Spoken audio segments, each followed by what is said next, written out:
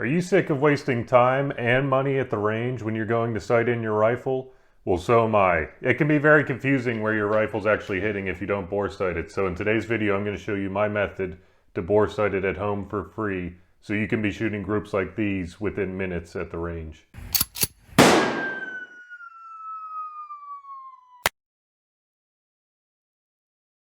Alright, so what we're going to need today is going to be some calipers or a tape measure. The calipers are going to be a little bit more accurate, but it's up to you, whatever you want to use.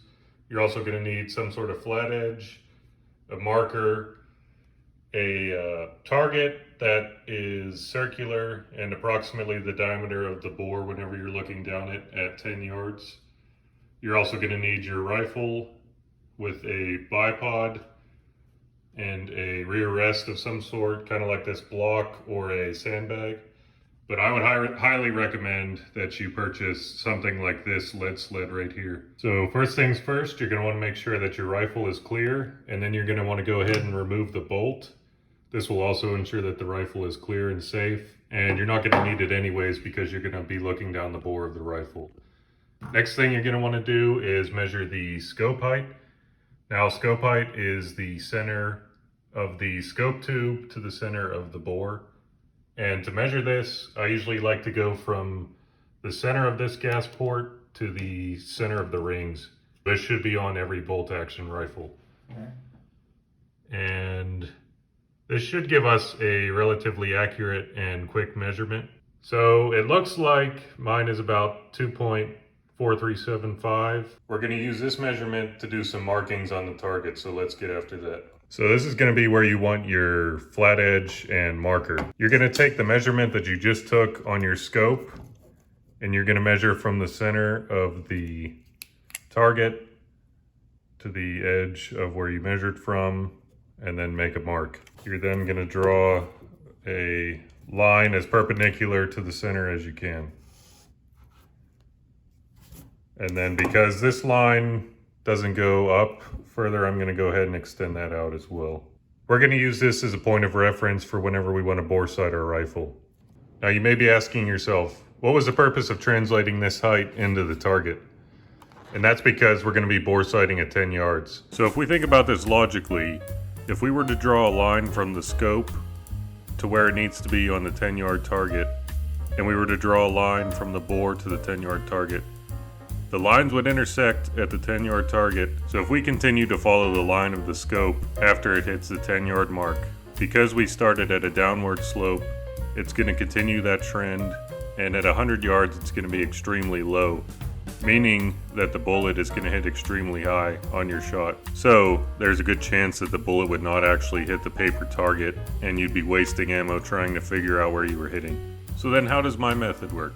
Well, if we draw a line from the scope to where we measured on the target, you can see that both of the lines are parallel to each other, so they will never actually intersect. This means that as long as I have everything set up properly, and I properly adjusted my scope during the bore sight, the bullet should only be hitting about 2.5 inches low in my case whenever we go to 100 yards. Now it's important to note that this method, along with any other bore sighting method, is not going to get you 100% to where you need to be. But this method should get you on paper and very close to where you need to be, as long as there's not a ton of parallax error at 10 yards. Next thing we're going to want to do is find a distance approximately 30 feet from your rifle in your house.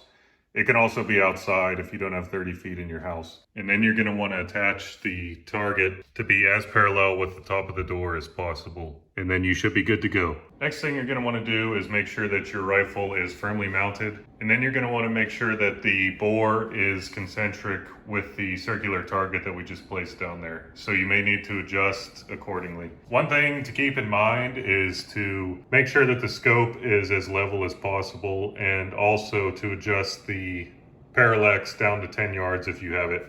Mine only goes down to 25, but it should be close enough. After you get everything how you think you want it, go ahead and look down the bore of the rifle again, and you're going to make your last final adjustments. After making the final adjustments and you're sure that the rifle is set to where it won't move at all, go ahead and look down the scope, and then we're going to start making our adjustments there. Sighting in ARs is the same process, but it's a little bit more tricky because you have the lower to deal with. So what I like to do is take out the bolt carrier group first. That way you have access to the bore of the rifle. It's possible to do the bipod and rear rest method, but I like to use a lead sled like this because you get a lot finer adjustments. After you get everything set up and it's firmly mounted, you're going to want to verify one last time that the bore is concentric with the target, and then you can go ahead and continue the process like normal. After completing all those steps, it's time to see how it does on the range. Let's check it out. Well guys, we're at the range today, so please bear with all the noise in the background. Let's see how well this method actually works on this rifle here.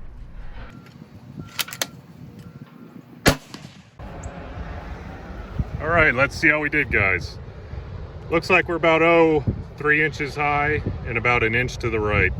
So not too bad considering we were bore sighting at 10 yards. Now let's see how we can do with an actual group over here. So let's head back to the bench, make the adjustments in our scope, and then we'll see how we can actually group.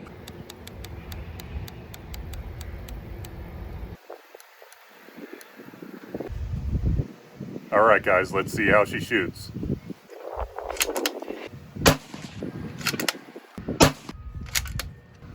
Well, looks like I wasn't right on to start, but after dialing everything in, that's not too bad of a 3-shot group.